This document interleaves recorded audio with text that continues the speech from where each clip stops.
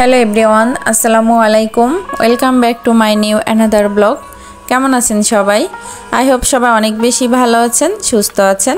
আমরাও আলহামদুলিল্লাহ ভালো আছি। সবার রোজা কেমন কাটছে অবশ্যই কিন্তু জানাবেন। আমার রোজা এই তো আলহামদুলিল্লাহ ভালোই কাটছে। নামাজ রোজা ইবাদত করতে তো বেশ ভালোই লাগে। আর এই যে রোজা কিন্তু আস্তে আস্তে শেষ হয়ে যাচ্ছে আর খারাপও লাগছে। রোজার মাসটা খুবই ভালো লাগে। তো রোজার মাস প্রায় শেষের দিকে, খুবই কষ্ট লাগছে যে রোজা তাড়াতাড়ি চলে যাচ্ছে। যাক, ঈদের কেনাকাটা তো সবাই কম বেশি করছে, তো আমিও মোটামুটি কেনাকাটা করেছি আমার সামর্থ্যের মধ্যে। আমার জন্য, আমার মেয়ের জন্য, ওর বাবা এখনও ওর নিজের জন্য কিছু কেনে নাই। এই তো আমাদের জন্য টুকটাক কেনাকাটা করে দিয়েছে। আর এখানে এই যে একটা শাড়ি, এটা আমার শাশুড়ি মায়ের জন্য কিনে এনেছে। তো ও নিজেই পছন্দ করে মার্কেট থেকে গতকাল কিনে এনেছে। তো এটা যে কি শাড়ি আমি বুঝতে পারছি না। শাড়ি বিষয়ে আমার তেমন কোনো ধারণা নাই, মানে আমার ধারণা ওরকম নাই। আমি শাড়ি নিজেও পরি না তেমন একটা। আর এটা সুতি শাড়ি, সুতি শাড়ি। এটা বেশি সম্ভব আমার কাছে মনে হচ্ছে টাঙ্গাইল শাড়ি। যাই হোক, ওর কাছে কিন্তু আমি জিজ্ঞাসা করি নাই। তো সকালবেলাতে এই যে রাত্রেবেলা খুবই খারাপ লাগছিল, এজন্য রাত্রেবেলা আর দেখা হয় নাই। তো সকালবেলাতেই দেখছি শাড়িটা কিন্তু বেশ ভালো লাগছে, পরে আরামও পাবে বেশ। আর আমার শাশুড়ি মা এই কালারগুলাই বেশি পছন্দ করে, বেশি ডিপ কালার সে কিন্তু পরে না। সব আপুরাই আর কি কেনাকাটার ভিডিও দিয়েছে, শপিং ভিডিও, মানে ঈদের শপিং। তো সবারটাই দেখলাম, খুবই ভালো লেগেছে। আরও অনেক আপুরাই এখনও দেয় নাই, হয়তো সামনে দিবে। তো তাড়াতাড়ি দিয়ে ফেলবেন আপনারা কি কি কেনাকাটা করেছেন। অবশ্যই পরিবারের সবার জন্য অনেকেই কিনেছে, সেগুলাও দেখেছি। তো খুবই ভালো লাগছে। গরমে কিন্তু সুতি কাপড়ই বেশি আরামদায়ক। গরমে পরার জন্য সুতি কাপড়ই কিনবেন, সুতি কাপড় পরে আরাম পাবেন। ইউটিউব জগৎ ছেড়ে অনেক আপুরাই চলে গেছে, খুবই খারাপ লাগে। আমার নিজের কাছেও মাঝে মধ্যে মনে হয় আমি না জানি কবে চলে যাই।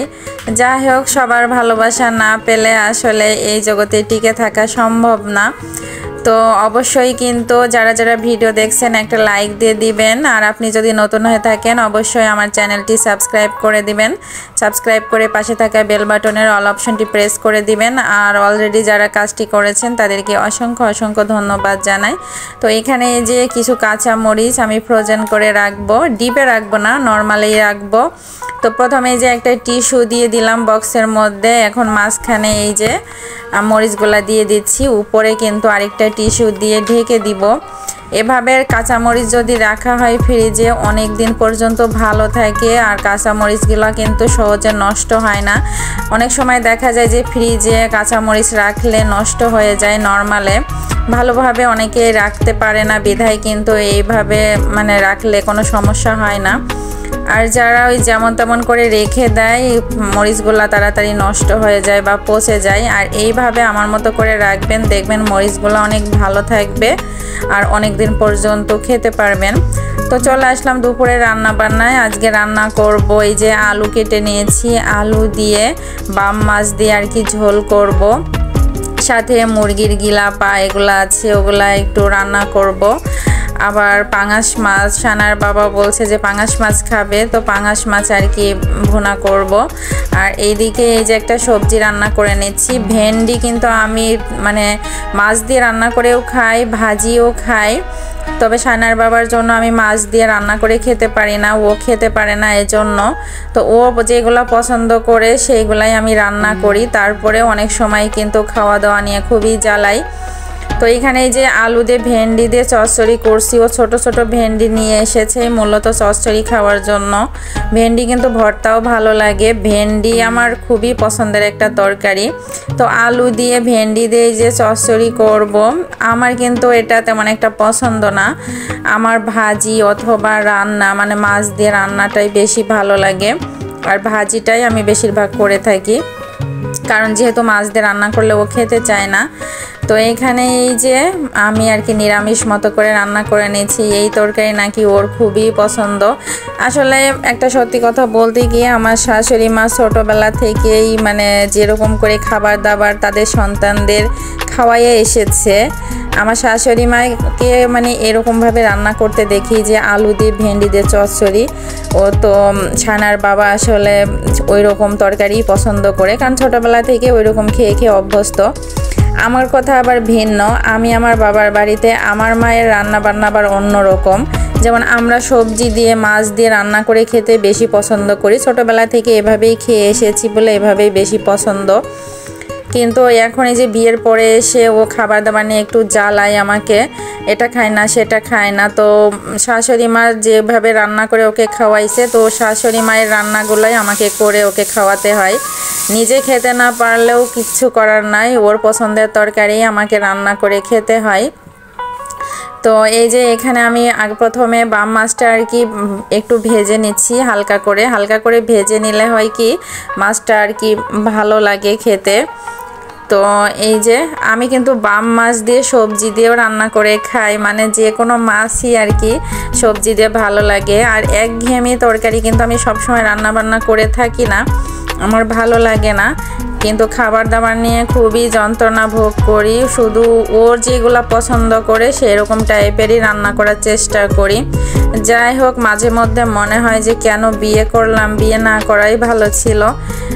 তো কি আর বলবো, অনেকে হয়তো মনে করেন যে স্বামীকে নিয়ে আলাদাভাবে থাকবেন, সুখে থাকবেন, শান্তিতে থাকবেন, আরামে থাকবেন। আসলে এই সকল একদমই ভুল ধারণা। আপনি যদি মনে করেন যে শ্বশুর শাশুড়ি দেবর ননদ ভাসুর সবার থেকে দূরে থেকে স্বামীকে নিয়ে খুব ভালো থাকতে পারবেন, আসলে এরকম খুব কমই ভাগ্য ভালো হয় যে খুবই সুখে শান্তিতে থাকে। তো আমি মোটামুটি আছি, খুব ভালো থাকি সেটাও না, আবার খুব যে খারাপ থাকি সেটাও না, আমি মোটামুটি পর্যায়ে আছি। যাই হোক, শাশুড়ি ননদ থেকে মানে স্বামীকে নিয়ে একা একা বাসা নিয়ে থাকি, আর কিচ্ছু করার নাই। কারণ মেয়েরা তো স্বামীর সাথেই থাকতে চায়, স্বামীর বিয়ের পরে প্রত্যেকটা মেয়েরই উচিত স্বামীর সাথে থাকার। তাহলে আর বিয়ে করে লাভ কি যদি স্বামীর সাথেই না থাকতে পারলো? জীবন আর কদিন, এই দুদিনের জীবনে যদি স্বামী সন্তান একসাথেই যদি বসবাস করতে না পারলো তাহলে আর জীবনে কি থাকলো? যাই হোক, অনেক আপুরাই কিন্তু স্যাক্রিফাইস করে চলে, তারা শ্বশুর শাশুড়ি ননদদের জন্য হয়তো স্বামী থেকে দূরে থাকে, গ্রামে থাকে, অথবা গ্রামে হোক শহরে হোক যেখানেই হোক মানে থাকে, এরকম অনেক ফ্যামিলিতেই আমি দেখেছি। কিন্তু দুদিনের এই জীবনে আমার মনে হয় যে বিয়ের পরে অবশ্যই মেয়েদের উচিত স্বামীর সাথে থাকা। অনেকে হয়তো টাকার চিন্তাটা করে, টাকার হিসাবটা করে, সব সময় টাকার হিসাবটা করলেও হয় না। আপনি যদি লবণ ভাত খেয়েও হাজব্যান্ডের সাথে একসাথে থাকতে পারেন সেটাই মনে হয় বেটার হয়। তারপরে অনেকে চিন্তা করে যে স্বামীর সাথে থাকবো, সুখে শান্তিতে দিন কাটাবো, কিন্তু আপনার স্বামী যদি ভালো না হয়, যেমন তেমন হয়, বলতে গেলে যে মানে শাশুড়ি যেরকম আচরণ করে বা ননদরা যেরকম ধরনের আচরণ করে, তো ওই স্বামী যদি সবার আচরণগুলো একাই যদি আপনার সাথে দেয় তাহলে কি আপনি ভালো থাকতে পারবেন? কখনোই কিন্তু ভালো থাকতে পারবেন না। তো এই যে একটা কথা আছে না যে ওই ওয়ান পিসই কিন্তু 5টা নানি শাশুড়ি, 5টা ফুপু শাশুড়ি, 5টা দাদি শাশুড়ি, 5টা শাশুড়ি, 5টা ননদের কাজ সে কিন্তু একলাই করবে।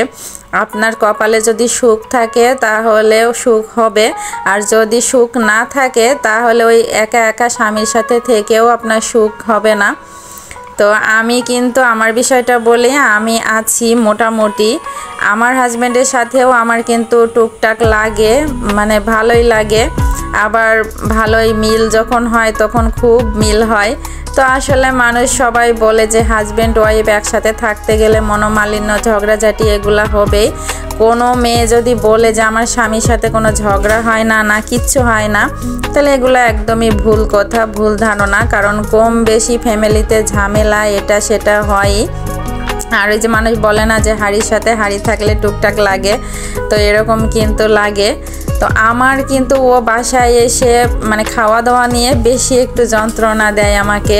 তারপরে মেয়ের বিষয় নিয়ে বলবে যে মেয়ের এটা করো নাই সেটা করো নাই, এগুলা নিয়ে যখন দুইটা কথার জবাব দিই তখনই কিন্তু ঝগড়াঝাটিটা মানে বেঁধে যায়। আর ঝগড়া হলে তো মানে মন মানসিকতা খুবই খারাপ হয়ে যায়। তো বেশি কথা আর বলতে চাচ্ছি না, এখানে যে একটু ছোলা ভুনা করে নিচ্ছি।